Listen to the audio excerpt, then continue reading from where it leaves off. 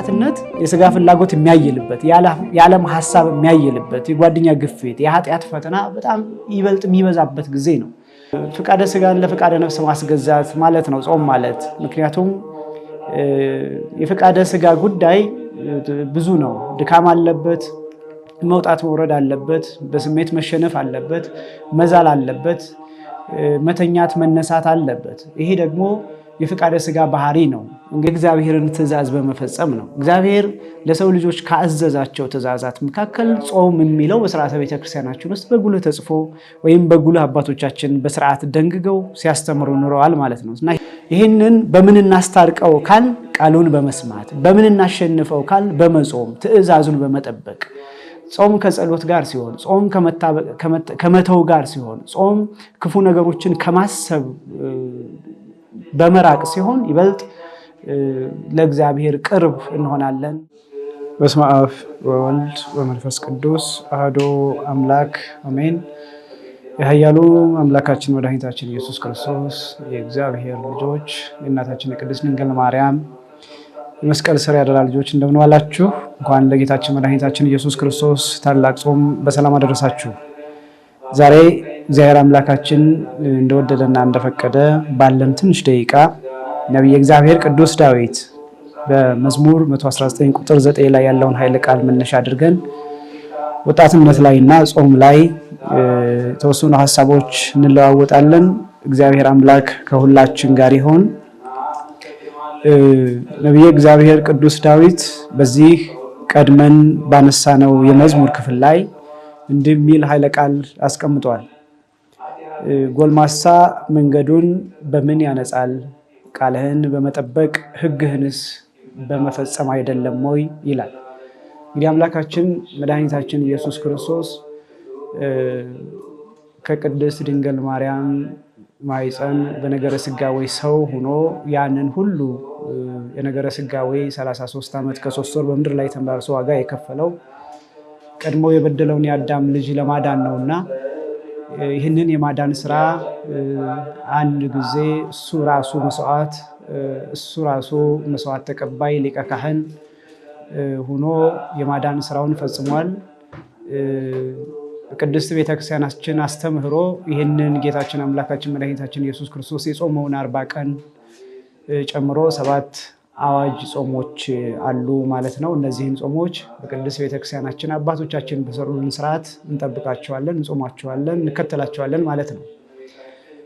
በዋናነት ዛሬ ቅዱስ ዳዊት ያነሳውን ኃይለ ቃል መነሻ ያደረግነው የወጣትነት ላይ ያሉ የወጣትነት ባህሪያትን የወጣትነት ስሜቶችን እያነሳን ከጾም ጋር እንዴት ማስታረቅ አለብን የሚሉትን ሐሳቦች ለማየት እንወዳለን።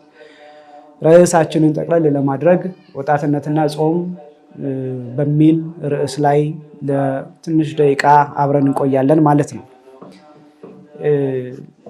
ጌታችን አምላካችን መድኃኒታችን ኢየሱስ ክርስቶስ የሰው ልጅ ወደ ርስቱ ወደ መንግስቱ ይገባ ዘንድ ካስቀመጣቸው መስመሮች መካከል መንፈሳዊ ትጥቅ ብለን የምናስባቸው ጾም፣ ጸሎት፣ ስግደትና መስዋዕት ናቸው። እነዚህ ደግሞ በቅድስት ቤተክርስቲያን አስተምሮ በ80 እና በ40 ቀን የመንፈስ ቅዱስን ልጅነት አግኝቶ የተጠመቀ ሁሉ እድሜው ከደረሰበት ጊዜ ጀምሮ የሚጠብቃቸው ወይም ለሰማያዊ መንገዱ ወይም ለሰማያዊ ርስቱ ስንቅ አድርጎ የሚይዛቸው መስመሮች ናቸው ማለት ነው።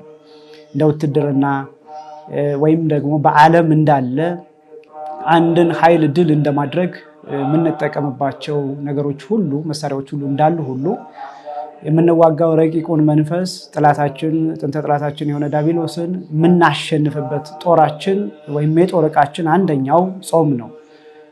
ስግደት፣ ምጽዋት የምንላቸውን ነገሮች ይይዛል። ግን ዛሬ በዋናነት ጾም ምንድን ነው? በወጣትነት ህይወት ውስጥ ጾምና የወጣትነት ህይወት እንዴት መታረቅ አለባቸው የሚሉትን መሰረታዊ ሐሳቦች ለማንሳት እንወዳለን ማለት ነው። እንግዲህ ጾም ለቅድስት ቤተክርስቲያናችን አስተምሮ መከልከል ወይም መታቀብ ወይም ደግሞ መተው የሚለውን ትርጉም ይሰጣል። ጾም መከልከል ስንል ከምግብ ለተወሰነ ሰዓት መከልከልን ይይዛል።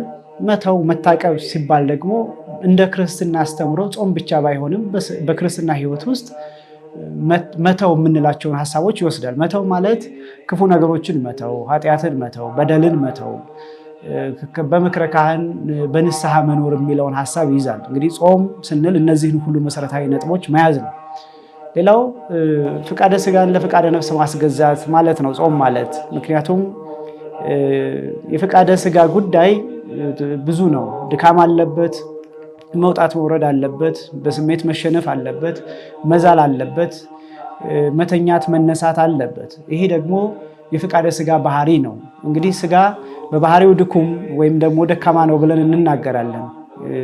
ግን የሚጸናው ደግሞ በእግዚአብሔር ቃል የሚጸናው ደግሞ በነፍስ ፍላጎት ነውና ወይም በነፍስ ፍቃድ ነውና የነፍስን ፍቃድ መጠበቅ ወይም ፍቃደ ስጋን ለነፍስ ፍቃድ ማስገዛት ጾም ብለን እንናገራለን ማለት ነው። በወጣትነት ዘመን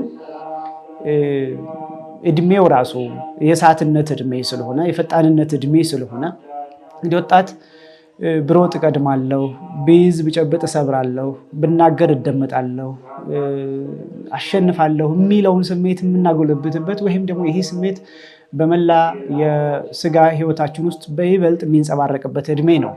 እንግዲህ ጾም ደግሞ ይህንን መስበር ነው። ፍቃደ ስጋ ለፍቃደ ነፍስ ማስገዛ ስንል ነፍስ የምትፈልገውን ነገር መስጠት ማለት ነው። ነፍስ የምትፈልገው መረጋጋትን ነው።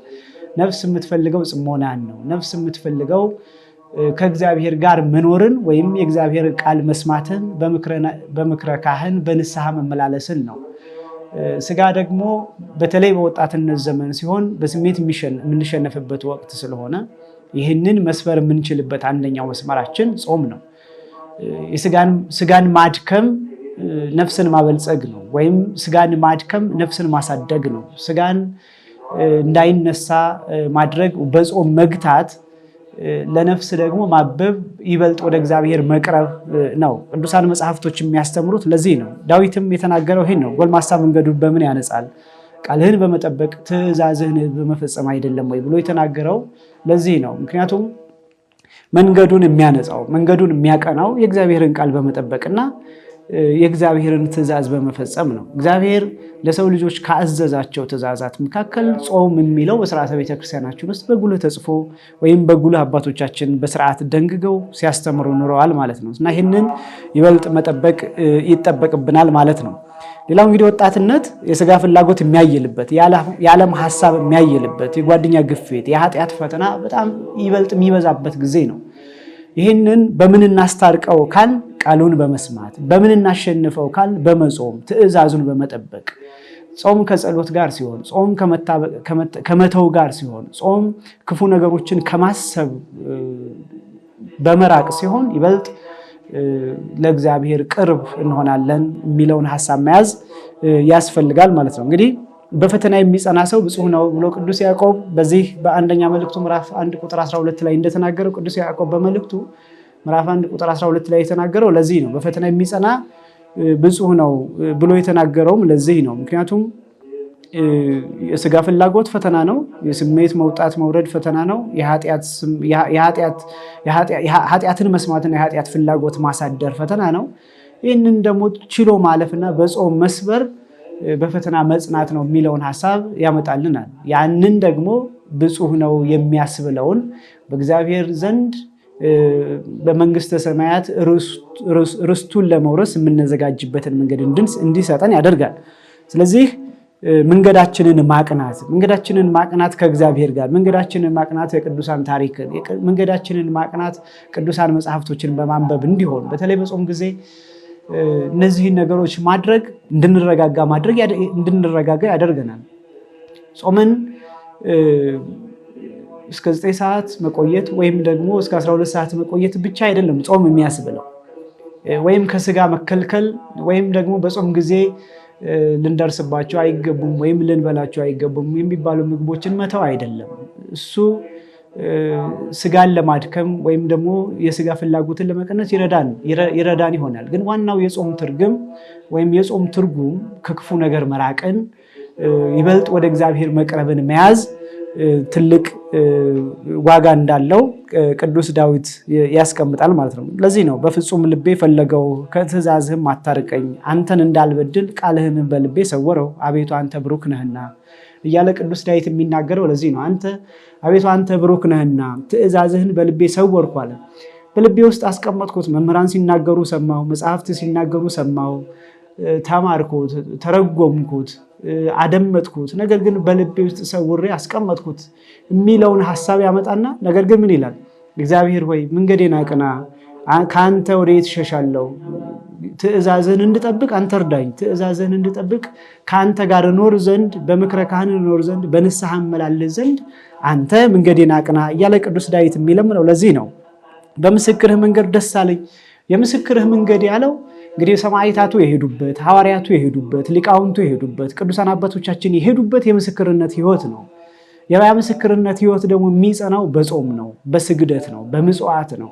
ቅዱሳን አባቶቻችንን ስንመለከት፣ ቅዱሳን ሐዋርያትን ስንመለከት፣ መነኮሳትን ስንመለከት፣ ሰማዕታቱን ስንመለከት ዋጋ የከፈሉት ርስተ መንግስተ ሰማያትን ለመውረስ የሄዱበት መንገድ የጾም፣ የስግደት፣ የምጽዋት እና ራስን የማሸነፍ መንገድ ነውና እሱን በወጣትነት ዘመን መከተል ያስፈልጋል። ሌላው ብዙ ጊዜ ወጣትነትን ከማሸነፍ ጋር ድል ከማድረግ ጋር ወይም ሁሉን ከማድረግ ጋር አያይዘን የምንተረጉመው ከሆነ የእግዚአብሔር ኃይል ወይም የእግዚአብሔር መገለጥ በእኛ ላይ የሚመጣበትን ጊዜ አናውቅምና በወጣትነት መጠራት ይኖራል፣ በልጅነት መጠራት ይኖራል፣ በጎልማሳነት መጠራት ይኖራል እና ያንን መጠራት ለዛ መጠራት ተዘጋጅቶ ለመኖር ጾም አንደኛው መንፈሳዊ የጦር ዕቃ እንደሆነ አድርጎ መረዳት ያስፈልጋል የሚለውን እንድትይዙልኝ ይፈልጋሉ። ሌላው እንግዲህ ዮሴፍ ወጣት ነበረ፣ ነገር ግን በታላቅ ፈተና ውስጥ የጸና ነው። አንድ ቀን ኃጢአትን እንዲሰራ ተፈተነ። ነገር ግን እርሱም እንዲህ አለ፣ ሰው ባያይ ማን ያየኛል? እግዚአብሔር ያየኛል። ይህን ታላቅ ነገር እንዴት አድርጌ በእግዚአብሔር ፊት ኃጢአትን እሰራለሁ እያለ የእግዚአብሔርን መታየት ወይም እግዚአብሔር እንደሚያየው ከሰው መደበቅን ብቻ እግዚአብሔር እንደማያይ አድርጎ መተርጎምን አስቀርቶልናል። ይህንን ታላቅ ክፉ ኃጢአት በእግዚአብሔር ፊት እንዴት አድርጌ እሰራለሁ እያለ በወጣትነት ዘመኑ የእግዚአብሔርን መንገድ የተከተለ እንደሆነ እናያለን። ሌላው የቅዱሳን ሕይወት ጾም የሰውን ነፍስ ያነጻል፣ አእምሮንም ያበራል ብለው ይናገራሉ። ምክንያቱም በሳይንሱ ዓለም ብሩህ አእምሮ እንዲኖር ወይም መልካም ወይም አእምሮ እንዲያስብ እየተባለ የተለያዩ ፕሮቲኖች፣ የተለያዩ ኃይል ያላቸው ምግቦች ምናምን ይመከራል በሳይንሱ ዓለም። ነገር ግን እንግዲህ ቅዱሳን አባቶች ደግሞ የሚያስተምሩት አእምሮን ብሩህ ለማድረግ መንገድን ለማንጽናት ወይም ደግሞ ነፍስን ለማንጻት ጾም አይነተኛ መንገድ እንደሆነ ቅዱሳን አባቶች ያስተምራሉ። ሁልጊዜ መብላትም ሁልጊዜ ለስጋ የሚፈልገውን መስጠትም ይሄ ከእንስሳነት ባህሪ ጋር መመሳሰል ነው። ክርስቲያን እንደዛ አይደለም። ያገኘውንም ይበላ፣ ያገኘውንም ይጠጣ፣ ያገኘውንም ይለብስ፣ ባገኘበት ቦታ የሚያድር፣ ባገኘበት ቦታ የሚውል አይደለም። ቅዱስ ዮሐንስ አፈወርቅ በዚህ በሃይማኖት አበው ሲያስተምር እንዲህ ብሎ ይናገራል። ክርስቲያን ንብ እንጂ ዝንብ አይደለም ይላል። ንብ የምትቀስመውን አበባ ትመርጣለች፣ የምታርፍበትን አበባ ትመርጣለች፣ የምትሰራውን ማር ትመርጣለች። ክርስቲያን እንደዛ ነው። ከቅዱሳኑ ይቀስማል፣ ከመጽሐፍ ቅዱሱ ይቀስማል፣ ከአባቶቻችን ከሐዋርያቱ ይቀስማል፣ ከገድላት ይቀስማል። ይህንን ቀስሞ ነው ንጹሕ የሆነውን ማር በሕይወቱ ሰርቶ ርስተ መንግስተ ሰማያትን የሚወርሰው እንጂ ባገኘበት የሚውል ባገኘበት የሚያደር እንደፈለገ ያገኘበት ቦታ የሚያርፍ የፈለገውን ሁሉ የሚበላና የሚጠጣም አይደለም። ስለዚህ ለስጋ የሚገባውን ለስጋ ብቻ በመስጠት ለነፍስ የሚገባትን ለነፍስ በመስጠት የሚኖር ጸሎትን የሚያበዛ መጽሐፍ ቅዱስን በሕይወቱ ውስጥ የሚተገብር በሕግና በስርዓት በእግዚአብሔር ትእዛዝ ውስጥ የሚኖር ነው ክርስቲያን። ስለዚህ ክርስትና ደግሞ አንድ ጊዜ የመንፈስ ቅዱስ ልጆች የተባልነው በ40ና በ80 ቀን ርስተ መንግስተ ሰማያትን እንድንወርስ የተጠራንበት ዕለት 40ና 80 ቀናችን ነው። ከዚያን ቀን ጀምሮ የተሰጠንን መክሊት ማሳደግ ያስፈልጋል። የተሰጠንን መክሊት የምናሳድገው በእነዚህ መንፈሳዊ የጦር ዕቃ በምንላቸው በጾም በጸሎትና በስግደት ነው የሚለውን በደንብ በትኩረት እንድትይዙልኝ እፈልጋለሁ ማለት ነው። ሌላው እንግዲህ ውድ ወጣቶች ወይም ደግሞ የእግዚአብሔር ቤተሰቦች የዓለምን ብዙ ነገር ለመተው ወይም ደግሞ ዓለም በብዙ ነገር የምትጠራንን ነገር ዓለም ለኔ የሚጠቅም ነገር የለሽም ለማለት ጾም አይነተኛ መንገድ ነው።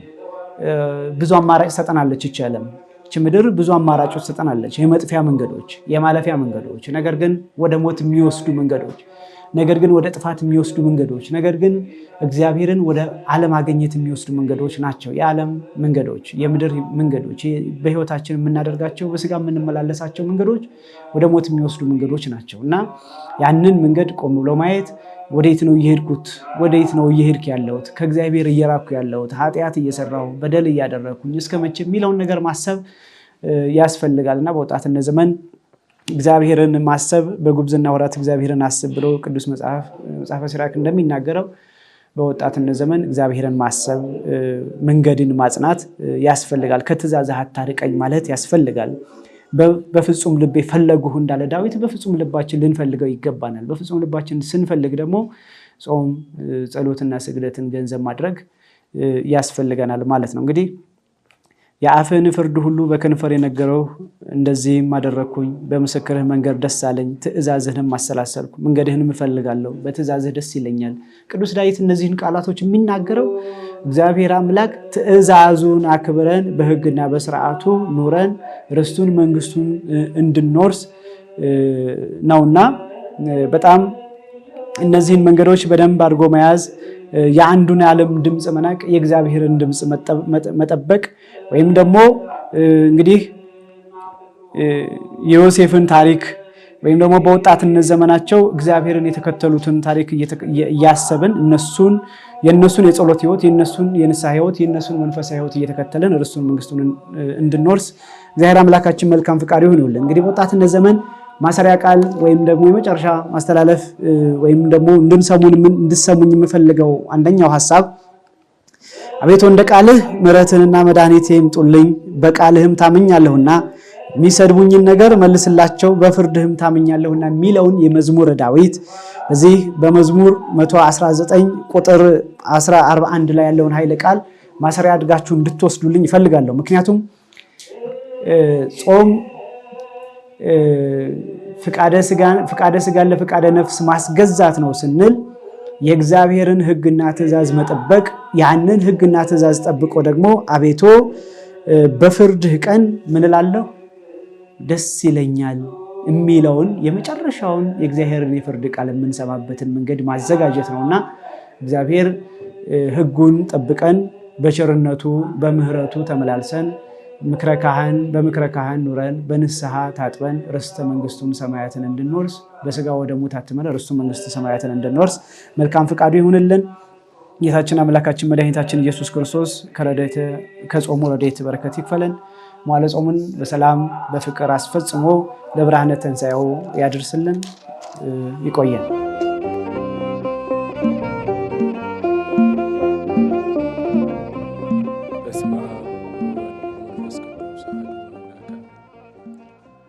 አቤት የዚያን ጊዜ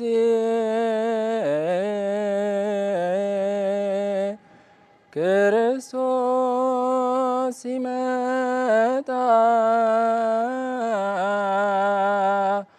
አቤት የዚያን ጊዜ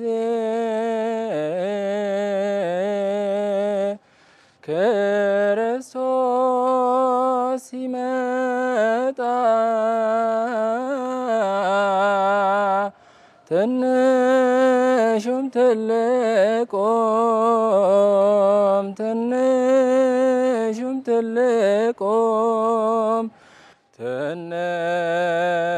ትልቁም መድረሻውን ሲያጣ ከምስራቅ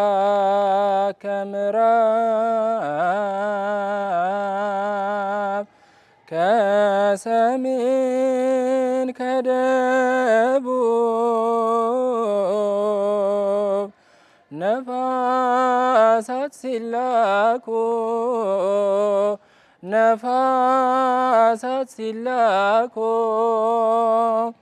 ነፋሳት ሲላኩ መዓትን ለማዝነብ ሰማይና ምድር በአንድ ሲዋሃዱ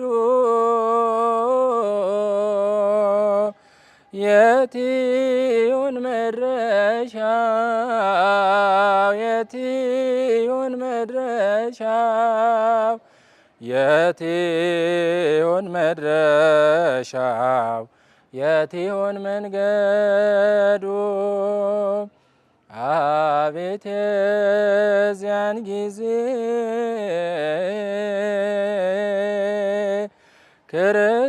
ክርስቶስ ሲመጣ አቤት የዚያን ጊዜ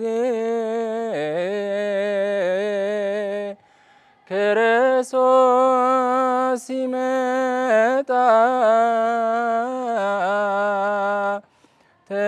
ትንሹም ትልቁም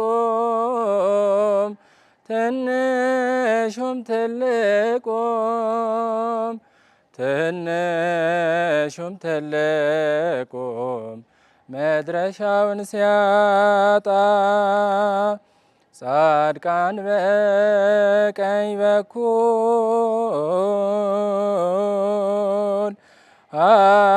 ኃጥአን በግራ ሲነፋ መለከት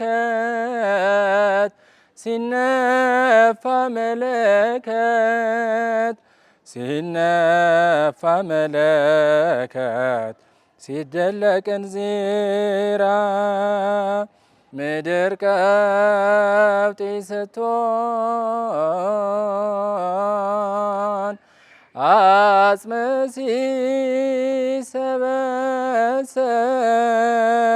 ሲሰበሰብ ኀፍረት ይዘዋል ኀፍረት ይዘዋል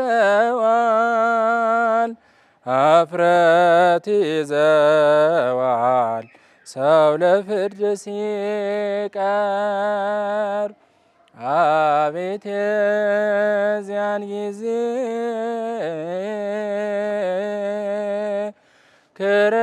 ክርስቶስ ሲመጣ አቤት የዚያን ጊዜ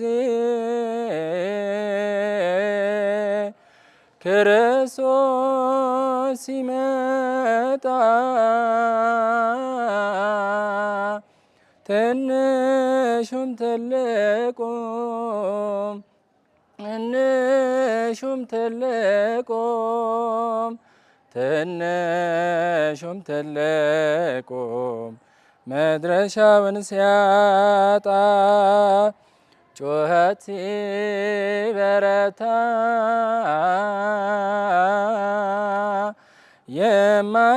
የማይጠቅም ለቅሶ እንደ ቁራ ጠቁሮ እንደ ቁራ ጠቁሮ እንደ ቁራ ጠቁሮ ጽልመትን ተላብሶ ገነትን ሲያገኙ ጻድቃን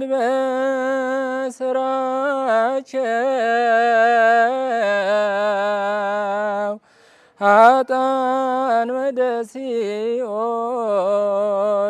ኃጥአን ወደ ሲኦል ኃጥአን ወደ ሲኦል ተፈረደባቸው። አቤት የዚያን ጊዜ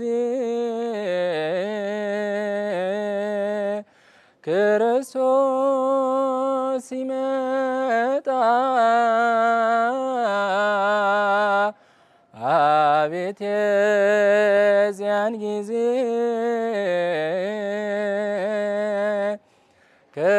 ክርስቶስ ሲመጣ ትንሹም ትልቁም ትንሹም ትልቁም ትንሹም ትልቁም መድረሻውን ሲያጣ